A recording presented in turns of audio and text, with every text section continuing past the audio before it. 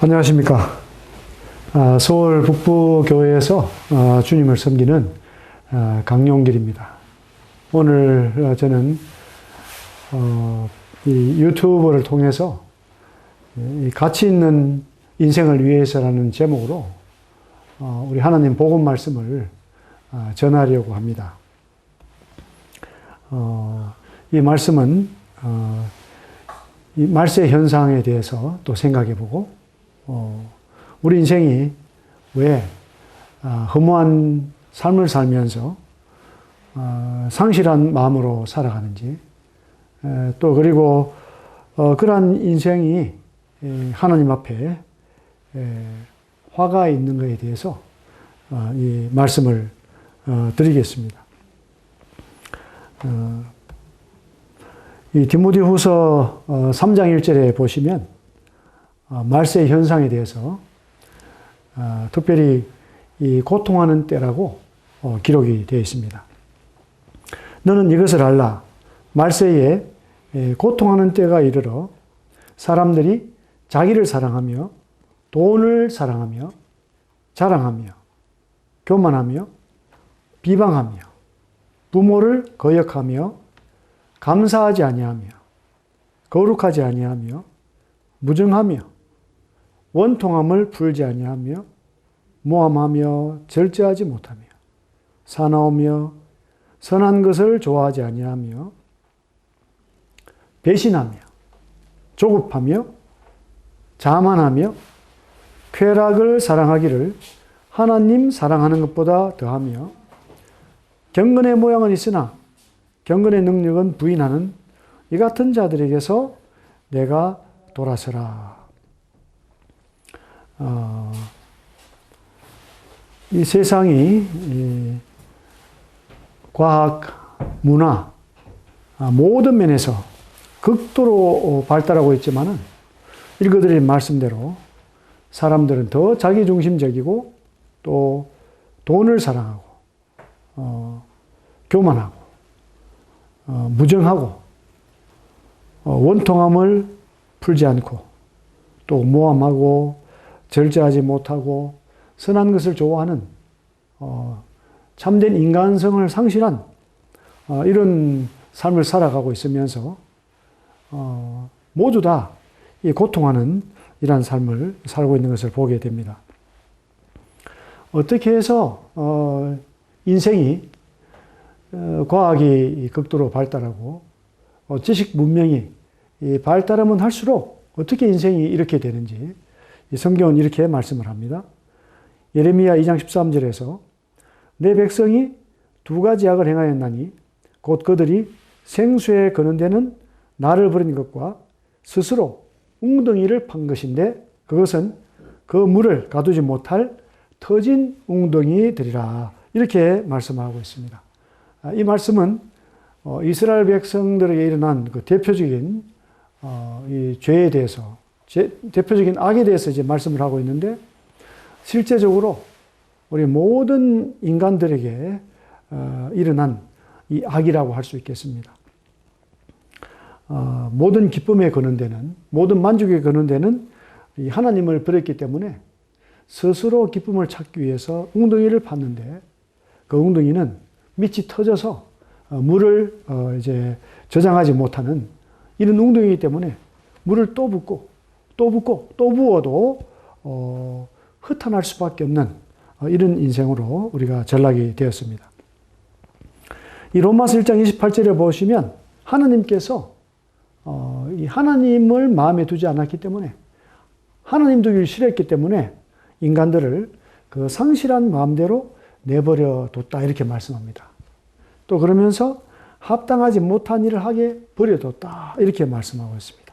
그래서 로마서 1장 29절에서는 모든 불의, 추악, 탐욕, 악의가 가득한 자요, 시기, 살인, 분쟁, 사기, 악독이 가득한 자요, 수군수군하는 자요, 비방하는 자요, 하나님께서 미워하시는 자요, 능욕하는 자요, 교만한 자요, 자랑하는 자요, 악을 도모하는 자요, 부모를 거역하는 자요, 우매한 자요, 배약하는 자요, 무정한 자요, 무자비한 자라.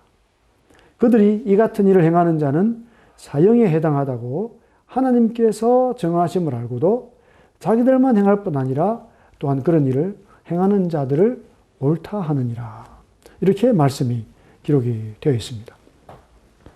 이사야서 5장 20절에서는 이렇게 선을 악하다 하고 악을 선하다 하는 이런 자들에게 화가 있다라고 말씀을 하고 있습니다.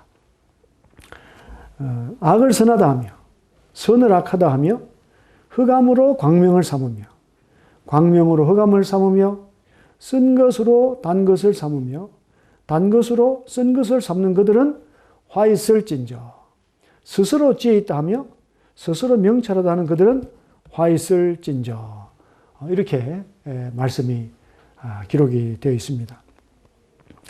특별히 이러한 인생들 위에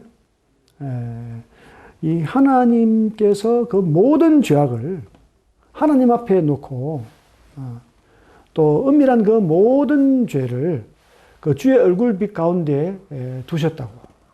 그래서 이 죄악을 참아보지 못하신 하나님, 너희 대사님께서 얼마나 분노하시는지 또 말씀은 또 교훈을 하고 있습니다.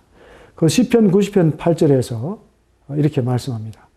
주께서 우리의 죄악을 주의 앞에 놓으시며 우리의 은밀한 죄를 주의 얼굴빛 가운데에 두셨사오니 우리의 모든 날이 주의 분노 중에 지나가며 우리의 평생이 순식간에 다하였나이다.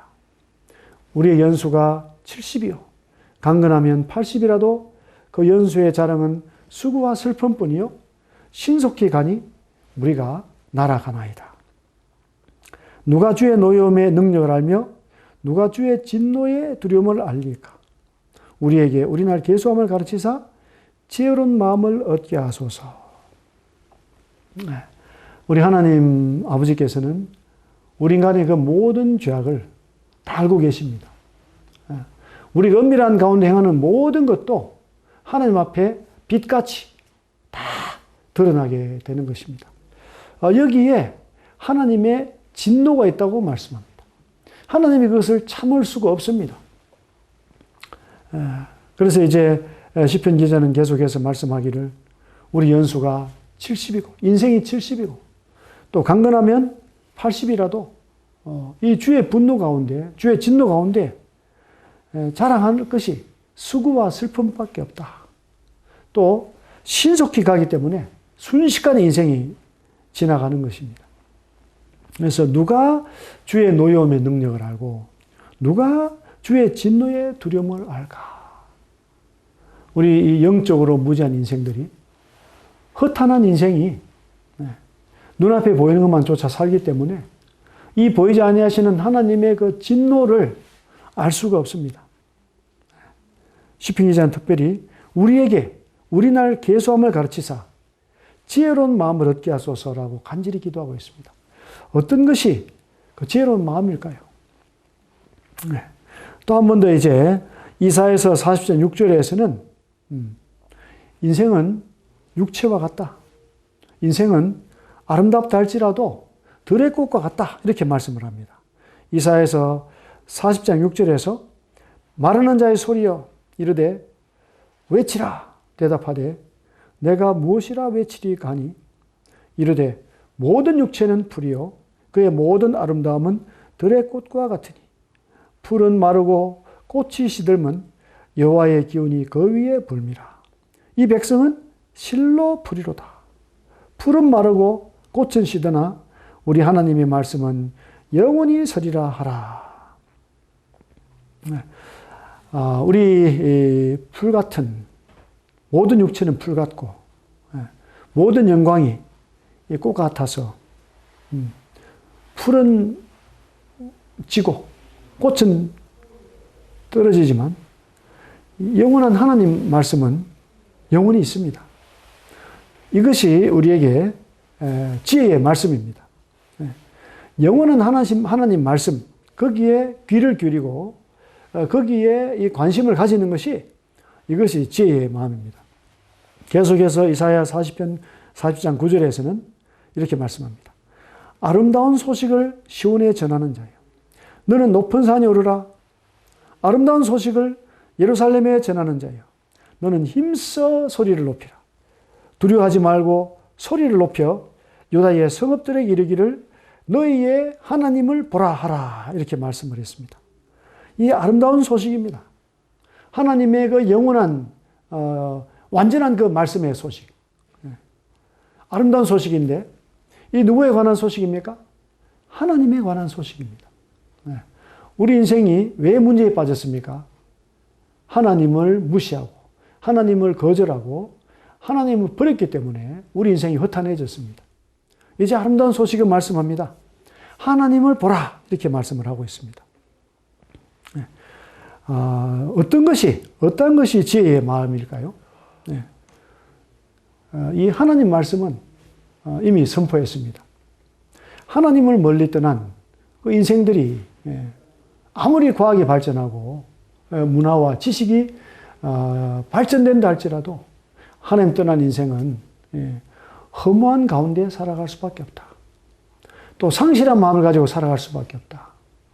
그렇기 때문에 합당치 못한 모든 일들을 임의로 자행을 해서 더 악해지고 더 고통받고 더 괴로운 삶을 살아가게 되는 것이 바로 우리 인생입니다. 이 하나님을 멀떠난 죄인의 결국은 어떻게 됩니까? 험한 것을 쫓다가 허망하게 멸망합니다. 음부에 들어갑니다. 그 후에 또 어떻게 되겠습니까? 지옥의 불못으로 던져지는 것입니다. 그래서 우리 인생들은 하나님을 바라봐야겠습니다. 죄인을 간절히 찾으시는 하나님을 만나야 합니다. 이 진리의 말씀을 듣고 또 뉘우치고 믿어야 합니다. 하나님 믿어야 하는 그 방법은요, 하나님의 본체이신 예수님을 믿는 것입니다. 그것이 어려운 것이 아닙니다. 구약시대 때 예수님 오시기 전에는 하나님 믿는 것이 특별하고 어려웠지만 예수님 오셔서 하나님의 뜻하심을 확실히 나타내 주시고 하나님 믿는 방법을 정말 쉽게 해 주셨습니다. 이 디모데후서 3장 14절에서 이렇게 말씀합니다. 이 세상은 불확실한데, 세상은 속이는 것이 너무나 많은데 정말 확실하게 알아야 하고 속지 말아야 할 두 가지 것을 말씀을 하고 있습니다. 디모데후서 3장 14절부터 읽어드리겠습니다. 그러나 너는 배우고 확신한 일에 가라. 너는 내가 누구에게서 배운 것을 알며 또 어려서부터 성경을 알았나니 성경은 능히 너로 하여금 그리스도 예수 안에 있는 믿음으로 말미암아 구원에 이르는 지혜가 있게 하느니라. 모든 성경은 하나님의 감동으로 된 것으로 교훈과 책망과 바르게 함과 의로 교육하기에 유익하니 이는 하나님의 사람으로 온전하게 하며 모든 선한 일을 행할 능력을 갖추게 하려 함이라. 이 두 가지 확실한 것에 대한 말씀을 제시하고 있습니다. 먼저는 구원에 이르는 지혜입니다. 이 성경, 아름다운 하나님 말씀은 우리에게 구원에 이르는 지혜를 얘기합니다. 하나님 안에서 하나님 은혜를 누릴 수 있는 방법을 제시하는 것입니다. 둘째로는 이제 거듭난 하나님의 사람으로서 이 하나님 말씀으로 다시금 교훈을 받고 또 책망을 받고 또 바르게 고쳐지고 또 의로 훈련을 받아서 이제 하나님의 사람으로 온전하게 되고 하나님 목적인 가치 있는 삶, 열매 맺는 삶을 살 수 있도록 능력을 갖추게 해주는 이 확실한 이 말씀입니다. 이 요한복음 14장 1절부터 보시면은 이렇게 말씀합니다. 너희는 마음에 근심하지 말라. 하나님을 믿으니 또 나를 믿으라. 내 아버지 집에 거할 곳이 많도다. 그렇지 않으면 너희에게 일렀으리라. 내가 너희를 위하여 거처를 예비하러 가노니 가서 너희를 위하여 거처를 예비하면 내가 다시 와서 너희를 내게로 영접하여 나 있는 곳에 너희도 있게 하리라. 이 마지막 세상에서 마지막 때에 고통하고 있습니다. 코로나가 아니라 할지라도 인생은 고통하고 있습니다. 근데 하나님 사랑하셔서 이 마지막 때에 더욱더 많은 재난들을 허락하십니다. 우리는 지금 경험해 보지 못한 세상에서 살고 있다. 이러한 이야기를 많이 듣습니다. 앞으로 더 그럴 것입니다. 더 예상하지 못한 엄청난 일들이 닥칠 것입니다. 그러나 아름다운 하나님 말씀은 저희들에게 뭐라고 말씀하십니까? 너희는 마음에 근심하지 말라 이렇게 말씀합니다. 근심하지 않을 수 있는 절대적인 조건이 있습니다. 그것은 무엇입니까? 하나님을 믿는 것입니다. 하나님 믿는 것이 아주 쉬워졌다고 말씀을 드렸습니다. 하나님을 믿으니 또 나를 믿으라. 예수님께서 나를 믿으라. 예수님께서 2000년 전에 이 세상에 오셔서 하나님 아버지였다 하심을 확실하게 나타내 주셨습니다. 하나님 믿을 수 있는 가장 놀라운 방법을 하나님께서 아드님을 통해서 제시하셨습니다. 어려운 것이 아닙니다. 멀리 있는 것도 아닙니다. 이미 온 세상에 전파가 되었고 우리 마음속에 있고 우리 입술 가운데 예수님이 함께 하십니다. 예수님께서 말씀하십니다. 14장 2절에서 내 아버지 집에 거할 곳이 많도다.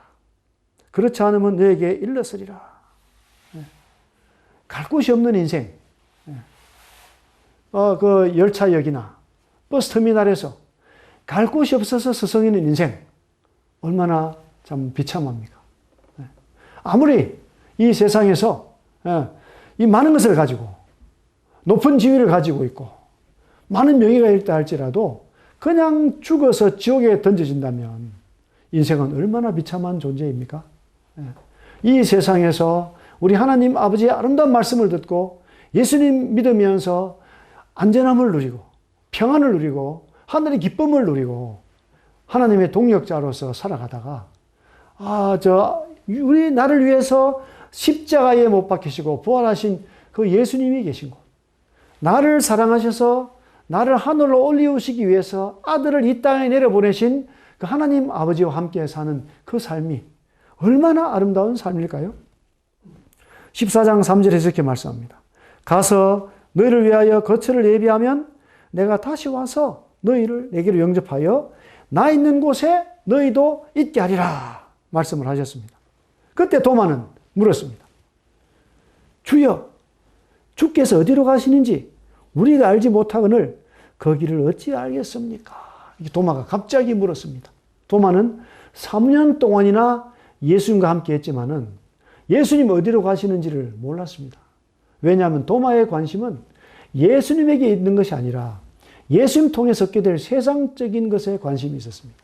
이 세상 영광, 세상 명예, 세상 권세 이런 것에만 관심이 있었기 때문에 그 예수님의 가르침이 바로 앞에 있었지만 그 말씀이 그의 마음속에 자리 잡지 못하고 그의 말씀이 그 입에 머물지 못했던 것입니다. 14장 6절에서 예수님 말씀하십니다. 예수께서 이르시되 내가 곧 길이요 진리요 생명이니 나로 말미암지 않고는 아버지께로 올 자가 없느니라. 예수님 자신이 곧 천국으로 가는 길이다. 예수님 자신이 이 모든 거짓을 물리치고 그 진리를 따를 수 있는 진리다. 또 예수님만이 우리의 영원한 생명인 것을 확실하게 말씀을 하셨습니다. 예수님 통하지 않고는 아버지께로 올 자가 없다. 아버지께 오지 않으면 영원히 어두운 가운데에서 지내다가 어두운 불못에 던져져서 고통 가운데 거하게 되는 것입니다. 왜 오직 예수님만일까요? 예수님은 3년 그 공생애 동안에 오로지 우리를 하나님께로 인도하는 하나님 아버지의 뜻을 이루는데 전심전력하셨습니다. 이제 잡히시기 전에 예수님은 제자들과 마지막 저녁 식사를 이제 나누십니다. 이 마태복음 26장 26절에서 그들이 먹을 때에 예수께서 떡을 가지사 축복하시고 떼어 제자들에게 주시며 이르시되 받아서 먹어라. 이것은 내 몸이니라 하시고 또 잔을 가지사 감사 기도하시고 그들에게 주시며 이르시되 너희가 다 이것을 마시라. 이것은 죄 사함을 얻게 하려고 많은 사람을 위하여 흘리는 바 나의 피, 곧 언약의 피니라. 예수님께서는 곧 이어 일어날 엄청난 사실을 이제 이미 알고 계십니다. 조금 있으면 그 로마 병사들에게 붙들리고 또 불공정한 재판을 받고 이제 그 옷이 다 벗겨져서 채찍에 맞으시고 또 머리에는 가시면류관을 쓰시고 그 골고다 그 십자가에서 그 못 박혀서 피를 다 쏟으시고 하나님 아버지께로부터도 버림받을 이런 일을 예수님은 다 알고 계셨습니다. 그런데 예수님은 이 예수님의 몸을 상징하는 이 떡을 들고 감사하셨습니다. 어떻게 감사하셨을까요? 하나님 아버지의 그 간절한 마음, 하나님 아버지께서 아들 예수님을 십자가에 내 희생제물로 내어주셔서 어떻게 그 모든 죄를 다 사하는 일을 완성할 수 있을까? 아버지의 뜻에 동참하는 감사의 기도를 드렸을 것입니다. 그리고 또 이 잔을 가지고 감사기도 하시고 이것은 죄 사함을 얻게 하려고 많은 사람을 위해서 흘리는 나의 피, 언약의 피다. 그 새 언약의 피를 들고 감사하셨습니다. 십자가에서 예수님 또 뭐라고 말씀하셨습니까? 요한복음 19장 30절에서 예수님은 승리의 그 외침을 외치셨습니다.